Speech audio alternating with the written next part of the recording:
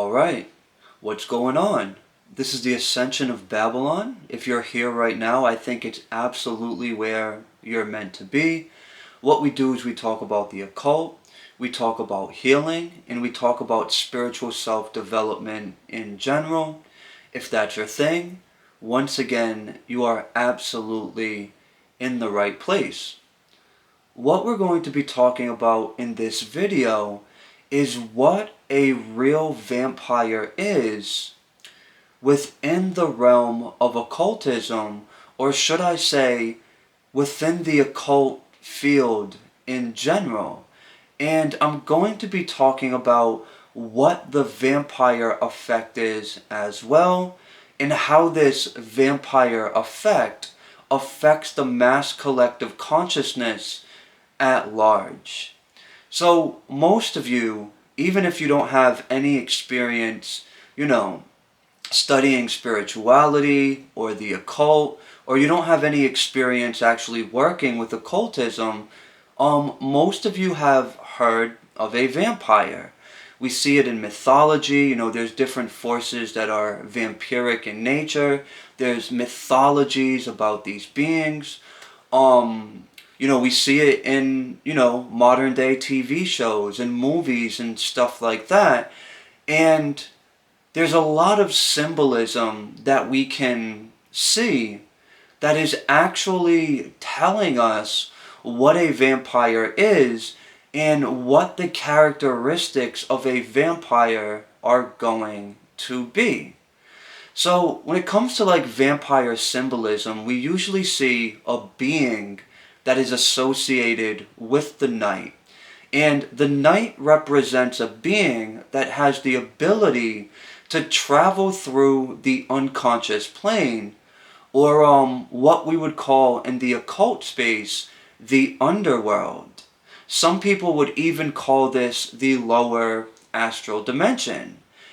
These are going to be the liminal spaces within self and reality in general that most people are actually afraid to go to, and most people don't necessarily have the capacity to go to those darker spaces. They don't really have a nervous system that's equipped for that heavier, darker kind of spiritual work. We all have an underworld because we all have an unconscious, and this even connects to the collective unconscious, but not everyone is necessarily ready to go there. A vampire is a being that actually thrives there and manifests reality from the mass collective shadow itself. We manifest reality from the void. Now, in vampire mythology, we also see the concept of death. And we see this in most modern day vampire movies and TV shows and stuff like that. So a vampire is also a being that dies to self over and over and over and over again to embrace a very deep evolutionary process that, once again, not every person is meant to experience this level of death or even has the capacity in order to do so. It really takes the ability to go into those darker places within self that is kind of like this inner hell space that stores away suppressed emotions, memories, fears, and the trauma that all of that is rooted in. Not just trauma from early childhood, but even intergenerational trauma, so, ancestral trauma that we inherit from the family line, and even on a soul level, trauma from different timelines that we're existing in. We can access all of this by dying to what we are not, going into the underworld simultaneously as this is happening, and experiencing those suppressed energies in a way where we are actually able to find the light within that darkness. So a vampire is a being that embraces death to a very high level and is a being that is existing in the underworld, who is willing to travel to those darker spaces within self and those darker spaces within the collective where most people are afraid to go. And I would say most people don't have the capacity to actually go into. It's one thing to heal through trauma and, to practice certain healing modalities and things of that nature that are centered in trauma healing. I think it's a good idea for anyone to do this. I would highly advise getting curious about your trauma and even understanding different parts of the self that are parts of what we are and make up the whole of what we are. But it's another thing to experience the level of catalyst, death, and trauma resurfacing that a vampire is willing to experience. This is not something that everybody needs to do, and it's certainly something that not everyone has the capacity to do. But to those of us that do, there's usually a reason behind it. And this can go into a deeper soul resonance that we have with primordial extraterrestrial intelligence. We can inherit this resonance from our bloodline that, we incarnate into. There may even be timelines where we are connecting with these entities and potentially even worshiping some of those entities and things of that nature, to where we have a little more of a capacity to experience the primordial waters of the psyche. We have a little more of a capacity to work with dense negative energy, more of a capacity than the average person is going to have. And this also gives us the ability to be collective catalysts. Now, even though a lot of us are born with a little more of a capacity, we have to go through the process of re-remembering who we really are. And if we look at like the natal birth, the natal birth chart, there we go, we'll see that before we even incarnate, we choose different themes that are associated with death and associated with catalyst. So these catalysts and these different themes are basically there to help us re-remember who we truly are. And then this is where we potentially start learning things about past life, incarnation experiences. And we really start becoming a little more conscious of the unconscious. Now, a big way that a lot of vampires do this is they get interested in not only working with more primordial entities and energies and archetypes. So a good example would be like Tiamat or Lilith, that kind of hold that vampiric type of energy, but we're also called to initiate into the underworld, working with it as a form of soul development. So typically how this takes place in the modern age, and I don't want to make it sound like this is the only way, because there are other underworld dimensions that are a lot less known about, but at least in modern day occultism, we will initiate through the clip-off. And as we're working through the spheres, which also represent the primordial functions of the chakras in the body, also related to the subtle energy body, there's this energetic shift that's taking place for us, to where our how do I want to put this? Basically our energy field goes through a collapse, to where it inverts itself and it becomes very consuming in its nature. So to kind of help you understand, I want you to think about the average person having an energy field that's kind of like a star, it pushes outwards, it excuse me, it radiates outwards. But the vampire, going through this deeper initiatory process, this form of primal soul development, we have an energetic field that begins to become more consuming, kind of like a black hole. So we have the average person's energy field that's like a star, and that's what it's supposed to be like. This is not a bad thing. This is normal. And then there's the vampire energy field, which is more like a black hole. It's sucking in and it's consuming.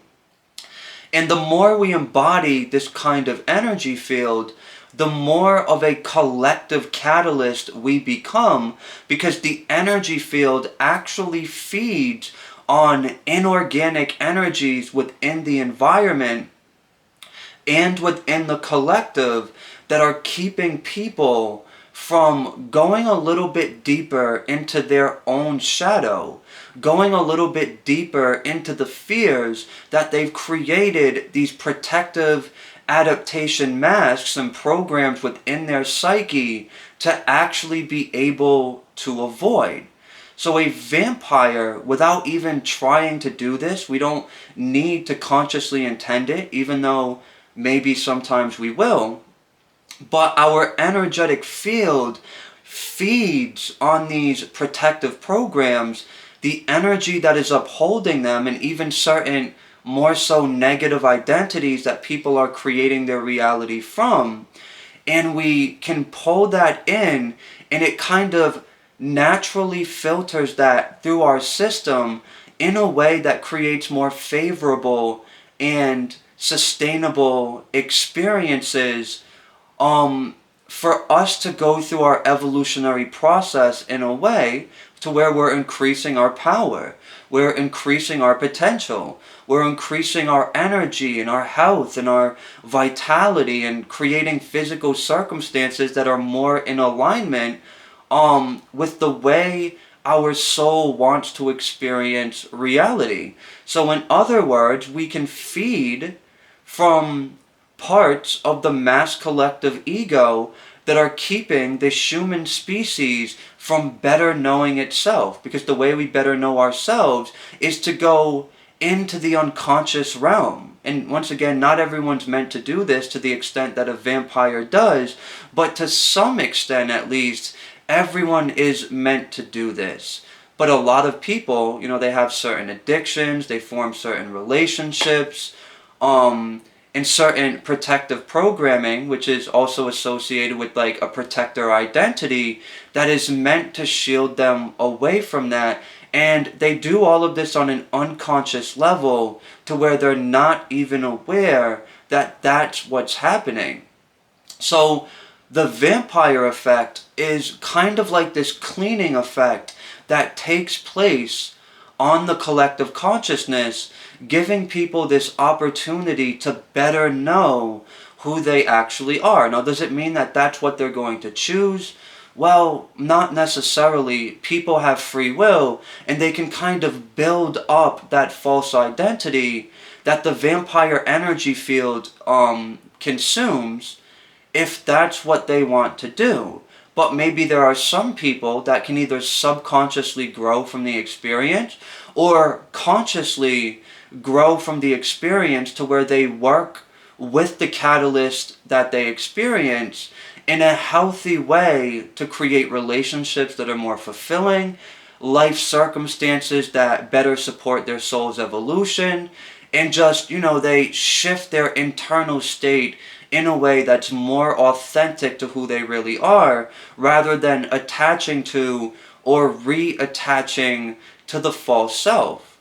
So vampires, we are actually beings that need to exist, especially during a time like this, where our planet is going through a massive evolutionary shift.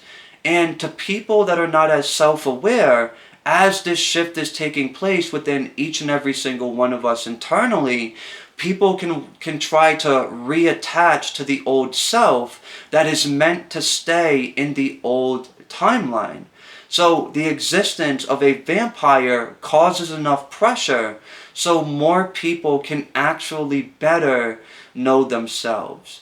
Now, a vampire is a being that merges with the void. So what the void is it's the deepest part of our unconscious, and it is where our soul emerges from. Kind of think of it as being like a cosmic womb. So we all come out our mother, right? Every single one of us. So as above, so below. So on a higher, we could say, dimensional level, we come out of like a cosmic mother. We come out of this primordial void space. And what the primordial void is a space that is completely undefinable. It has no predefined cosmic laws that govern it or anything like that. There is no structure and order. There is no I'll say it like this. There's no structure and order, and there's no predefined concepts that define it until, so the void is like this unmanifest reality. I want to say that. You can look at it as the unmanifest plane. So continuing where I left off, there's, it has no predefined definition until, something comes from the void into the manifest reality to where we can then give it a definition. So the vampire is transcending all of these different predefined definitions, all of these external sources of information, what a teacher says, what the school says, what society says, what our parents say, all of that stuff. We're going into the void. We're kind of, you can almost think of ourselves as being beings that are constantly wiping our hard drive clean, and we come out of the void with a unique way of defining ourselves and defining reality, a unique way that's truly in alignment with our true will and our ultimate evolutionary benefit. And this sounds like it's a great process, right? Some of you are like, cool, sign me up. But it's not easy merging with the void consciousness, and it's a lifelong process of initiation and integration. So when we're going into the void, there's a lot of death energy that kind of comes into our lives and comes into our body to help us surrender into that unmanifest space before we can emerge a new identity, a new belief system, a new sense of self. I don't know, maybe a new job, a new relationship, whatever it is that is emerging from the void as as the new reality that we are creating. So once again, the void is the primordial unconscious, the origins of what every single one of us truly comes from. But the reason why the void can be tough for most human beings to actually experience is because most human beings have wired themselves on a physical body and nervous system level to be very in resistance to that kind of primordial dark energy. So for the average person to experience this void consciousness would be an absolute shock to their system, and they probably wouldn't be able to handle it, even though all humans, and we can say all life, originate from the void. There's just certain souls that have a little more of a resonance and a capacity to process that energy. And this is what a vampire is. It's going to be somebody that has a little more of ability to, process that energy. So a vampire is a person that's typically going to have a much different energetic structure than the average person. Our energy field is much different than the human light body that typically pushes energy out, and it's kind of like a radiating star. Our energy field is consuming energy for the most part. I'm not saying that we're not creating or pushing any energy out, but our energy field is much more kind of like a black hole. It's increasing its mass as it's pulling things in. Vampires, we typically have a natural soul connection with certain darker primordial alien intelligences, which we will actually work with in different rituals and different practices like that, where we are channeling that energy through our body and into the world. This is also supporting and shifting the state of our nervous system to be in more resonance with the primordial void template. And a vampire is going to be a person that is able to travel to these darker spaces within the mass collective consciousness that most people are just not willing to go through, and most people are don't necessarily have a capacity to work with, and most people aren't actually needing to go that deep to be authentic to who they really are. So I could go a lot deeper. I mean, there's a lot of information to cover when it comes to what a vampire is, but I think I'm gonna leave the video here. I think this covers the basics of what a vampire is in a practical way for all of you to understand. So I'm going to leave the video right here. I certainly appreciate every single one of you that stood to the end of the video, and I will absolutely catch you in the next video. Make sure you subscribe and make sure you like the video if this is something that you enjoyed or that you gained value from.